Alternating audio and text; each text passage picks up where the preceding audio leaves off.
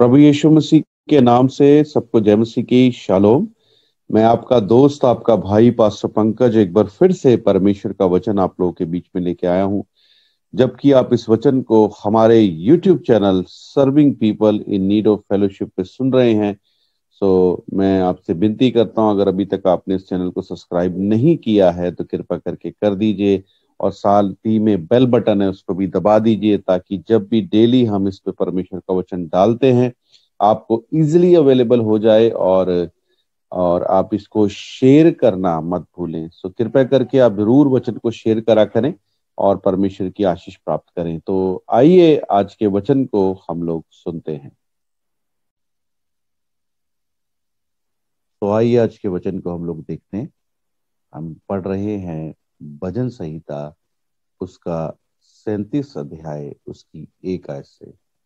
यहाँ लिखा है, कर्मियों के कारण मत कुढ़, कुटिल काम करने वालों के विषय डाना कर। देखिए यहाँ पर ये दाऊद का भजन है ना।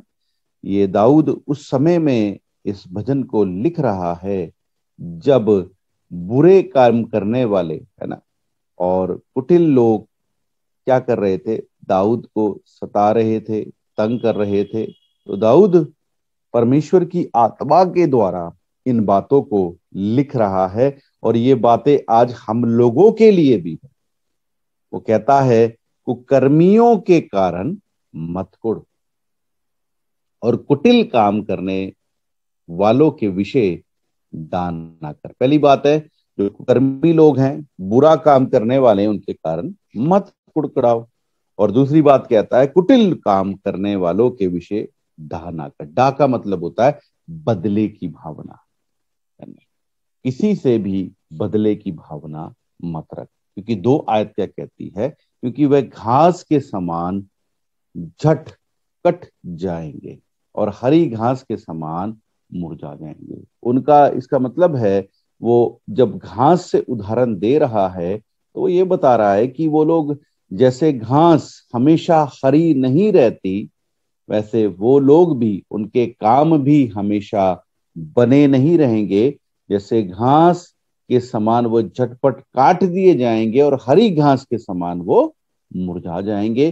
तो इट मीन्स, अगर अभी वो लोग आपके साथ बुरा कर रहे हैं और गलत गलत योजनाएं चाले चल रहे हैं, तो याद रखिए, उनके काम ज्यादा देर के नहीं हैं, उनकी सफलताएं ज्यादा देर की नहीं है, वो जल्दी ही नाश हो जाएंगी। लेकिन परमेश्वर का वचन आज हमें कहता है, मत कुढ़, है ना, और अपने मन में बदले की भावना मत रख, क्योंकि तेरा परमेश्वर बदला लेने वाला परमेश्वर है। और 3 आयत कहती है, यहोवा पर भरोसा रख, खुदा के ऊपर भरोसा रख और भला कर, देश में बसा रहे और सच्चाई में मन लगाए रहे।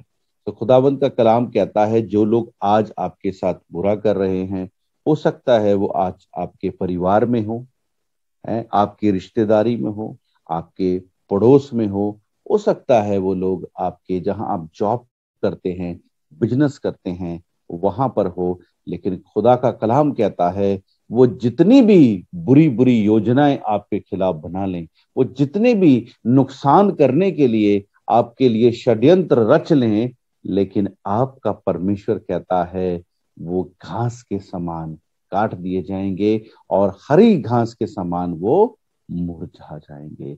यहाँ सूखी घास नहीं लिखा, क्या लिखा है, हरी घास के समान। सूखी घास सूखती है, लेकिन यहाँ हरी घास लिखा है। इसका मतलब उनके काम जो हैं जल्दी ही नाश हो जाएंगे। और 3 आयत बड़ा ही अच्छी तरीके से कहती है, यहोवा पर भरोसा रख और भला कर, देश में बसा रहे और सच्चाई में मन लगाए रख।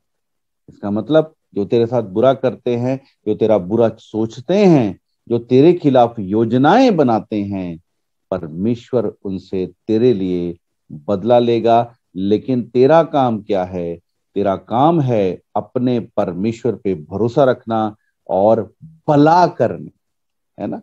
भला किन लोगों के ऊपर भला करना, जो आपसे प्रेम करते हैं उन लोगों पर भी, और जो आपके दुश्मन हैं उन पर भी भला करना। देखिए, मत्ती 5 अध्याय में जब आप पढ़ते हैं तो वहां बड़ा ही ब्यूटीफुली लिखा है, कहता है कि पुराने समय में कहा गया था, है ना, पुराने नियम में कहा गया था कि अपने पड़ोसी से प्रेम कर और अपने दुश्मन से बैर रख। लेकिन मैं तुमसे कहता हूं, यीशु कहता है, अपने दुश्मनों से प्रेम करो और अपने सताने वालों के लिए प्रार्थना करो। और वचन कहता है जिससे तुम अपने स्वर्गीय पिता की संतान ठहरो। तो आज मैं आप लोगों को कहना चाहता हूं कि अगर आप आशीष पाना चाहते हैं, अगर आप स्वर्गीय पिता की संतान बनना चाहते हैं, तो आपको कुड़कुड़ाने की जरूरत नहीं है और आपको अपने मन में किसी के भी खिलाफ बदले की भावना रखने की जरूरत नहीं है, दाह करने की जरूरत नहीं है। लेकिन आपका कार्य क्या है?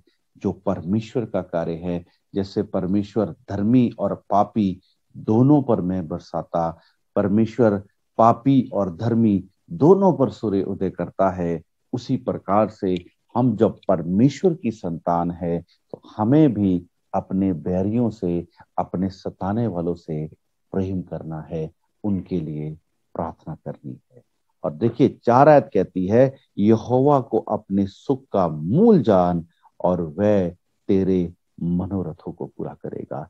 देखिए, आपकी आशीष जो है वो परमेश्वर की ओर से है। और याद रखिए, जो कुछ खुदा ने आपके लिए रखा है वो कोई भी आपसे छीन नहीं सकता। किसी की भी योजना, किसी की भी चालाकी, किसी का भी षड्यंत्र आपको उन आशीषों से वंचित नहीं कर सकता जो परमेश्वर ने आपके लिए रखी है। आप अगर परमेश्वर चाहता है कि वो आपको ब्लेस करे, तो आप याद रखिए, वो कोई भी आपकी आशीषों को नहीं ले सकता। अगर परमेश्वर चाहता है कि वो आपको घर की आशीष दे, तो किसी की भी मजाल नहीं है कि उस आशीष से आप वंचित हो सके। नौकरी दे, बिजनेस दे, वीजा दे, है ना, सिटीजनशिप दे, जो जो दुनिया की चीजें हैं, हम लोग जिन चीजों की ख्वाहिशें करते हैं, है ना, जो हमें चाहिए, जो हमारी जरूरत की चीजें हैं, अगर परमेश्वर चाहता है तो आपसे कोई भी छीन नहीं सकता। आप उससे वंचित नहीं रह सकते। हर एक आसमानी आशीष, है ना, हर एक रूहानी आशीष, हर एक जिस्मानी आशीषों को परमेश्वर आपको देने वाला है। क्योंकि वचन कहता है, यहोवा को अपने सुख का मूल जान। मूल का मतलब क्या है? जड़, है ना, फाउंडेशन, नींव जान, वह तेरे सारे मनोरथों को, जो तेरी मन की डिजायर्स है, उसको पूरा करेगा। और 5 आयत कहती है, अपने मार्ग की चिंता यहोवा पर छोड़ दे। अपने जो मार्ग है, जिस मार्ग में तू चल रहा है, चाहे वो अच्छा मार्ग है, बुरा मार्ग है, किसी भी परिस्थिति का कटीला मार्ग है, कैसा भी मार्ग है, कहता उसकी चिंता यहोवा पे छोड़ दे और उस पर भरोसा रख, वही पूरा करेगा। अपनी सारी चिंताएं, अपनी सारी बर्डन्स आप परमेश्वर पे डाल दें। आज आपके घर में हो सकता है कि आपके लोग आपके खिलाफ हों, आपके घर में आशीष नहीं, आपके घर में लड़ाई झगड़ा, आपके घर में उतल पुतल हुई पड़ी, आपके बिजनेस पे, आपकी नौकरी में, आपके मोहल्ले में, हर जगह आपको इज्जत नहीं मिल रही, आप हर जगह में फेल हो रहे हैं। चाहे वो आत्मिक आशीष है, चाहे दुनियावी आशीष है, चाहे वो शारीरिक आशीष है, चाहे मानसिक आशीष है, चाहे आर्थिक आशीष है, चाहे सामाजिक आशीष है, उन सब चीजों में अगर आप फेल हो रहे हैं तो आप चिंता करने की जरूरत नहीं है। सिर्फ आपको एक काम करना है, आपको कुड़कुड़ाना नहीं है, किसी से बदले की भावना नहीं रखनी है, परंतु आपको एक काम करना है, परमेश्वर पे भरोसा रखना है और सबके साथ भला करना है। देखिए, परमेश्वर धर्मी और पापी दोनों पे में बरसाता है। तो सेम वे आपको आपके सताने वालों से भी प्रेम करना है और साथ में आपके प्रेम करने वालों से तो प्रेम करना ही है ना। तो ये चीज आपको याद रखनी है। और फिर कहता है, 6 आयत कहती है, वह तेरे धर्म ज्योति के समान और तेरे न्याय दोपहर के उजाले के समान प्रकट करेगा। वह तेरा धर्म, धर्म यहाँ परमेश्वर का धर्म नहीं, यहाँ लिखता है तेरा धर्म, यानी कि हमारा धर्म। धर्म का मतलब क्या है? अंग्रेजी में धर्म जो वर्ड है उसको राइचियसनेस कहा जाता है। धर्म यानी राइचियसनेस, है ना, धार्मिकता इसे कहा जाता है। तो ये जो धर्म जो वर्ड है जिसे राइचियस कहा जाता है, इसको अगर हम सही से डिक्शनरी में देखें तो इसका मतलब है टू राइट विद, है ना, यानी कि धर्म परमेश्वर के साथ, धर्म यानी कि टू राइट विद गॉड, परमेश्वर के साथ सही होना, है ना। तो वो कहता है वह तेरे धर्म यानी कि टू राइट विद गॉड, तेरे परमेश्वर के साथ सही रिश्ते को ज्योति के समान और तेरे न्याय दोपहर के उजाले के समान प्रकट करेगा। वो परमेश्वर, अगर आपका रिश्ता उसके साथ सही है, टू राइट विद गॉड यानी कि धर्म, आप धर्मी हैं। धर्मी का मतलब क्या है? टू राइट विद गॉड, परमेश्वर के साथ अगर आप सही हैं तो वो क्या करेगा? वो तेरे धर्म को ज्योति, तेरे परमेश्वर के सही हो साथ होने के लिए ज्योति, और तेरे न्याय दोपहर के उजाले के समान प्रकट करेगा। तो इसका मतलब है आपको बुड़बुड़ाने कुड़कुड़ाने की चिंता नहीं है, लेकिन एक दिन आएगा परमेश्वर आपको उस नगर के समान बनाएगा जो पहाड़ पर है। बाइबल बताती है जो पहाड़, जो घर पहाड़ पर है ना, देखिए परमेश्वर आपको उस घर के समान बनाएगा जो कहाँ है, जो पहाड़ पे बसा है। और बाइबल बताती है जो घर पहाड़ पे बसा है वो कभी छिप नहीं सकता है। तो खुदा का कलाम कितनी अच्छी बातों को हमें सिखा रहा है। हमें बुड़बुड़ाने की कुड़कुड़ाने की जरूरत नहीं है। देखिए 7 आयत कहती है यहोवा के सामने चुप रहे। जिन कहता है यहोवा के सामने चुप रहे और धीरज से उसकी प्रतीक्षा कर, है ना। यहोवा के सामने चुप रहे और धीरज से उसकी इंतजारी कर, वेट कर, और उस मनुष्य के कारण ना कुड़ जिसके काम सफल होते हैं। कई बार हम अपने परिवार में, रिश्तेदारी में, पड़ोस में, या जहां हम नौकरी करते हैं, बिजनेस करते हैं, वहां कुछ लोगों को देखते हैं। वो लोग कैसे होते हैं?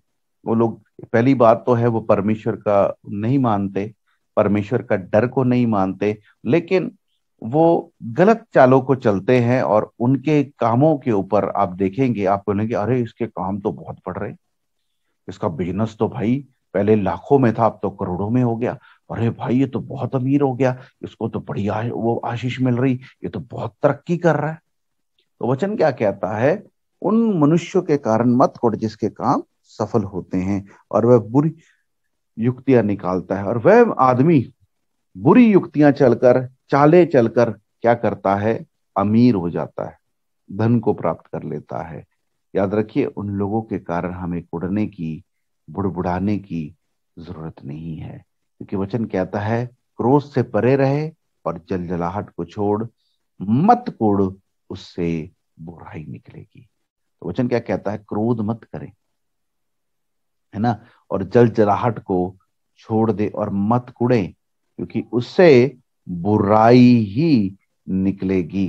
सो याद रखिए जब आप बुड़बुड़ाते हैं, कुड़कुड़ाते हैं, गुस्सा करते हैं, तो उससे बुराई निकलती है।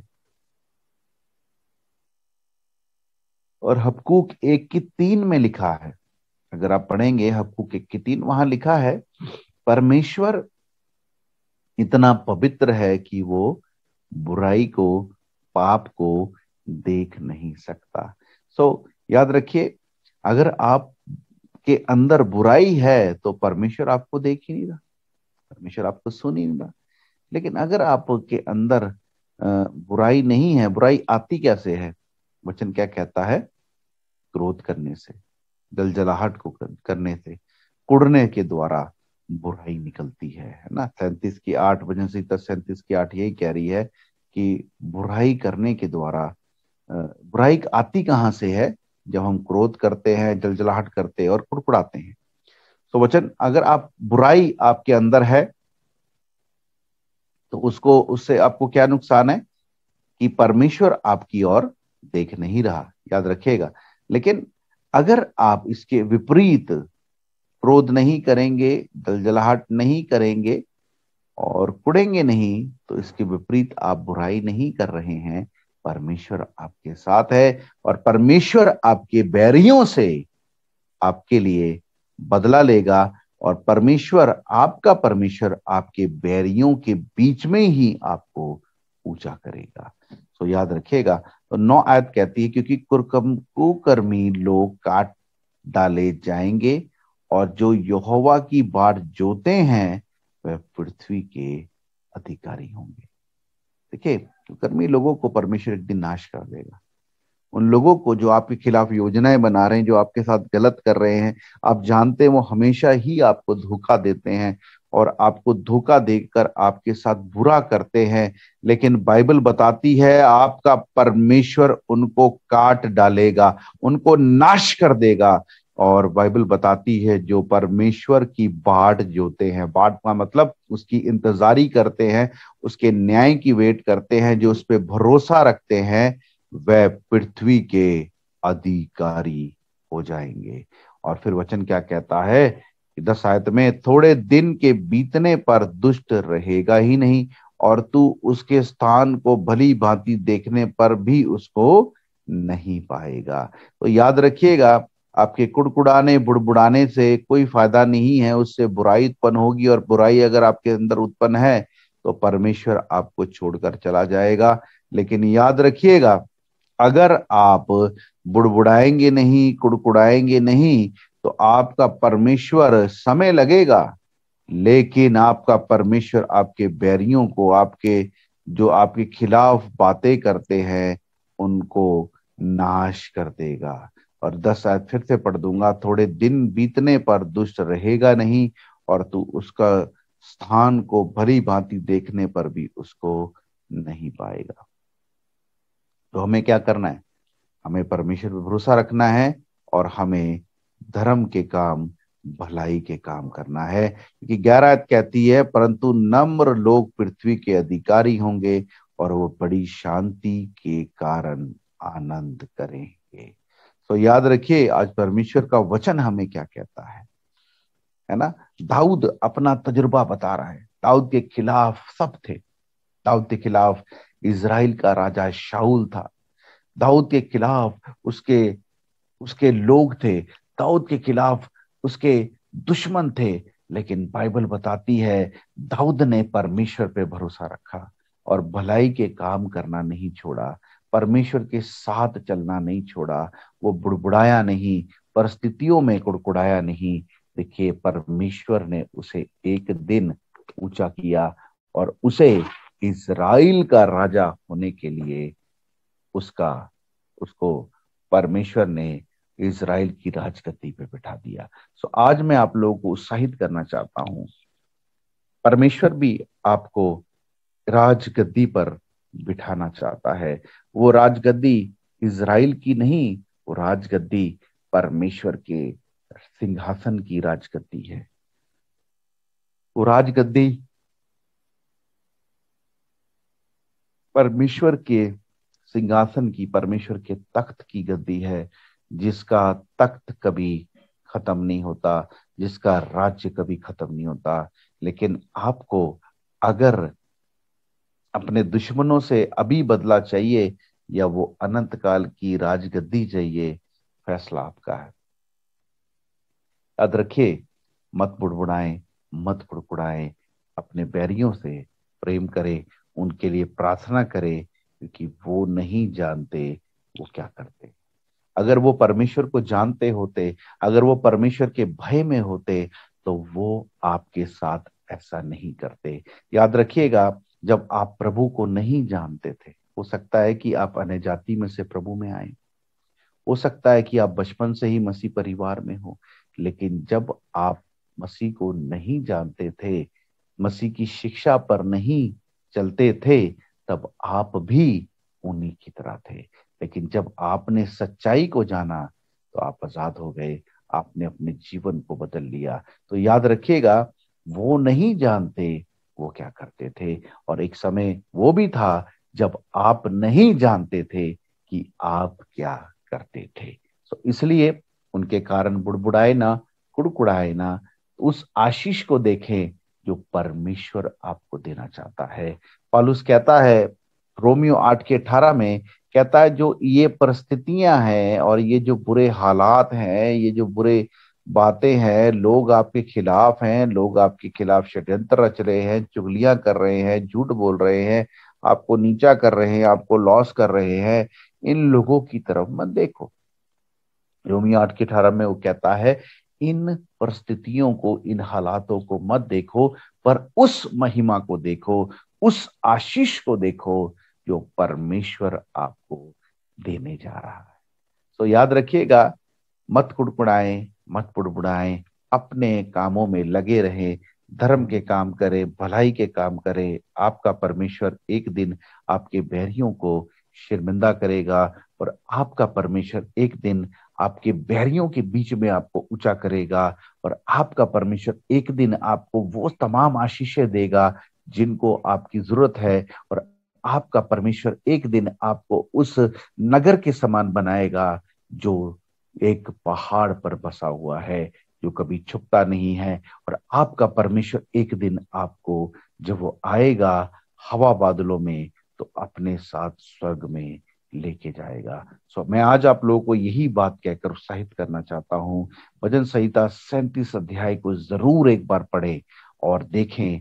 परमेश्वर का दास दाऊद परमेश्वर की आत्मा के द्वारा हमें सिखा रहा है, मत कुड़कुड़ाए, मत बुड़बुड़ाए। अगर आप ही बुड़बुड़ाए और कुड़कुड़ाएंगे और बदले लेने की योजना बनाएंगे, तो आपका परमेश्वर कुछ नहीं करेगा। लेकिन याद रखिए, जब परमेश्वर बदला लेता है तो अच्छे अच्छे को खिला देता है।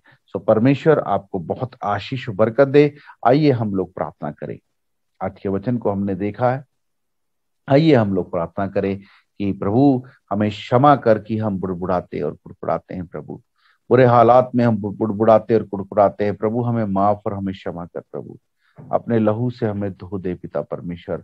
और प्रभु हम आपसे आज प्रार्थना करते हैं पिता, हम अपने बैरियों के लिए, अपने सताने वालों के लिए आपसे प्रार्थना करते हैं। खुदावंद उन्हें माफ कर, उन्हें क्षमा कर, क्योंकि वो नहीं जानते वो क्या करते हैं। लेकिन खुदावंद हम आपके द्वारा उस हाथ को, उस प्रोविजन को देखना चाहते हैं जो आप हमारे लिए करना चाहते हैं। प्रभु खुदावंद होने दे प्रभु, तमाम उन भाई बहनों के लिए, बुजुर्गों के लिए, बच्चों के लिए जो ये वचन को सुनते हैं प्रभु, और जो लोग इस समय प्रार्थना में मेरे साथ जुड़े हुए हैं प्रभु, मेरी प्रार्थना है प्रभु, हर एक को आशीष और बरकत दे, हर एक को ब्लेस कर प्रभु। आपकी कृपा हर एक के ऊपर हो प्रभु, और आपका नाम हर एक की जिंदगी में महिमा पाए। आप बढ़ते जाएं प्रभु, और आपके नाम को जलाल मिले प्रभु। और खुदावंद होने दे इस वचन के द्वारा सब आशीषित हों, बंधन उनके टूट जाएं, और तेरी करुणा उन पे बनी रहे। प्रभु यीशु मसीह के आमीन।